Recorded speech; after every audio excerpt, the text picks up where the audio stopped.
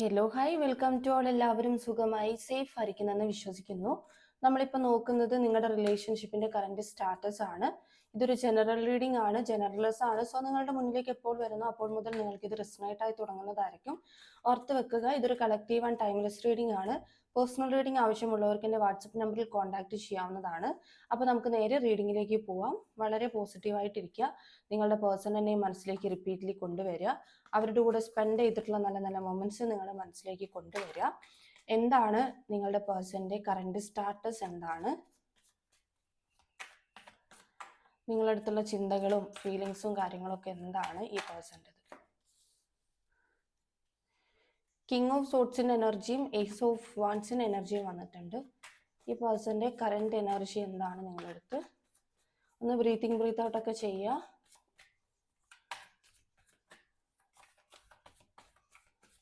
എന്താണ് നിങ്ങളുടെ പേഴ്സന്റെ current feelings? എന്താണ്? 10 ഓഫ് കപ്സ് വളരെ പോസിറ്റീവ് ആണ്. ഏസ് ഓഫ് വാൻസ് വളരെ പോസിറ്റീവ് ആണ്.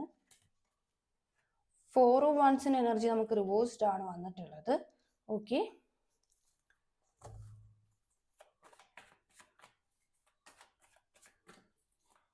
Universe please guide me.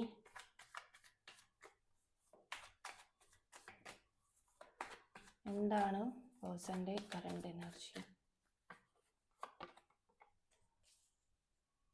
9 of pentacles. അപ്പോൾ നിങ്ങളുടെ പേഴ്സന്റെ ഫസ്റ്റത്തെ എനർജി കിങ് ഓഫ് സോർട്സിന്റെ എനർജിയാണ്. സോ ഈ ഒരു എനർജിനകത്ത് ഈ പേഴ്സൺ വളരെ ഈഗോ ആണെന്ന് പറയാൻ വേണ്ടി പറ്റും. സംടൈംസ് ഇവർക്ക് മെന്റൽ ക്ലാരിറ്റി ഇല്ലായ്മ വളരെയധികം വരുന്നുണ്ട്. നിങ്ങളുടെ റിലേഷൻഷിപ്പിനെ കുറിച്ചിട്ട് ആലോചിക്കുമ്പം ഈ പേഴ്സണ് മെന്റൽ ക്ലാരിറ്റി ഇല്ലായ്മ, അതായത് എന്ത് ചെയ്യണമെന്നറിയില്ല. 2 സിറ്റുവേഷൻസ് ഉണ്ട്. സോ എന്ത് ചെയ്യണമെന്ന് അറിയാത്ത തരത്തിൽ ഒരു മെന്റൽ ക്ലാരിറ്റി ഇല്ലായ്മ വരുന്നുണ്ട് ചില സമയങ്ങളിൽ. ഓക്കെ, ഏസ് ഓഫ് വാൻസിന് എനർജി വരുമ്പം നിങ്ങളുടെ കൂടെയുള്ള ഒരു പുതിയ ജീവിതം ഈ പേഴ്സൺ ആഗ്രഹിക്കുന്നുണ്ട്.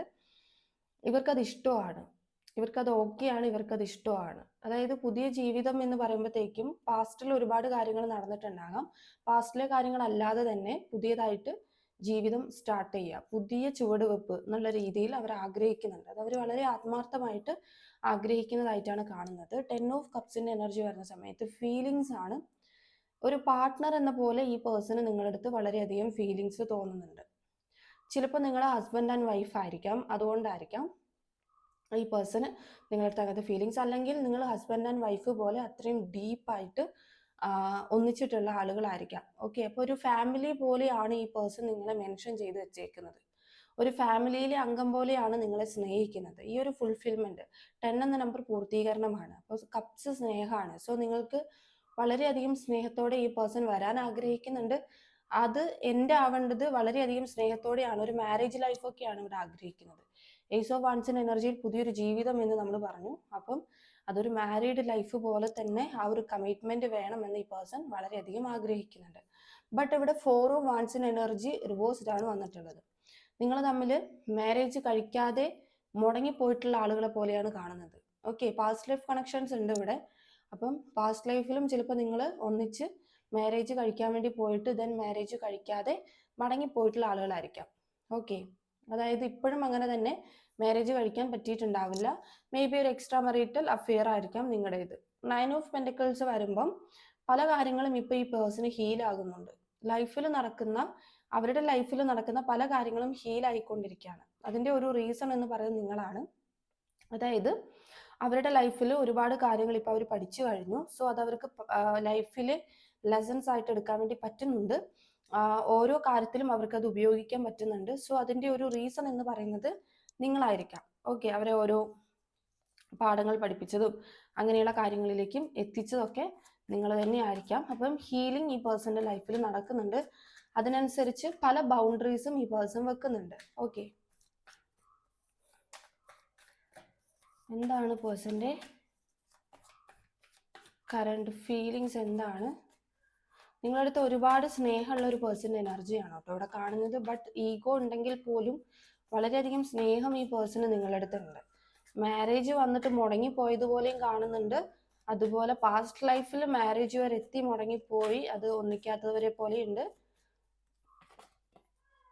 ഏസ് ഓഫ് സോർട്സിന്റെ എനർജി അഗെയിൻ കണ്ടോ, വളരെ ഈഗോ ഉള്ള ഒരു പേഴ്സൺ തന്നെയാണ് നിങ്ങളുടെ പേഴ്സൺ എന്ന് പറയുന്നത്.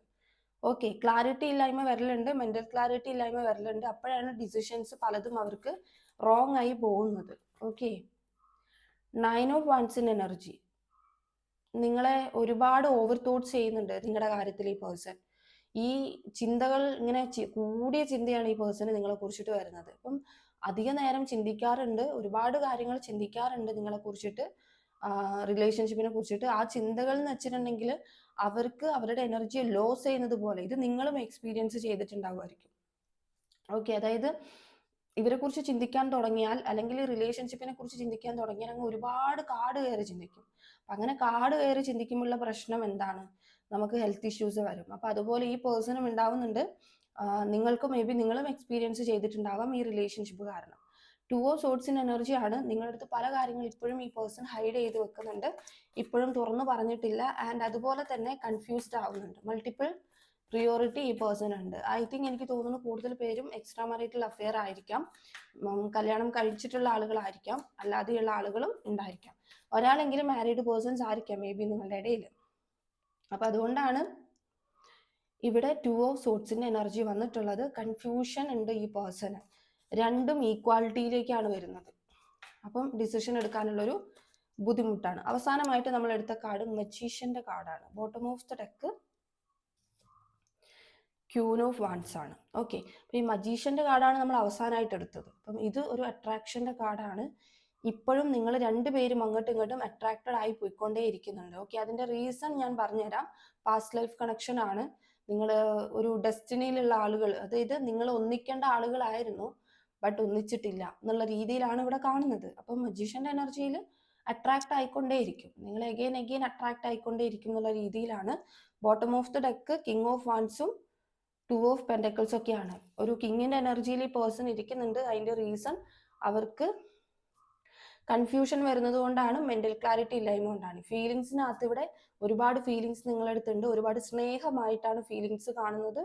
ആൻഡ് റിലേഷൻഷിപ്പിനെ കുറിച്ചിട്ട് ഈ പേഴ്സൺ ഒരുപാട് ചിന്തിക്കുന്നുണ്ട്.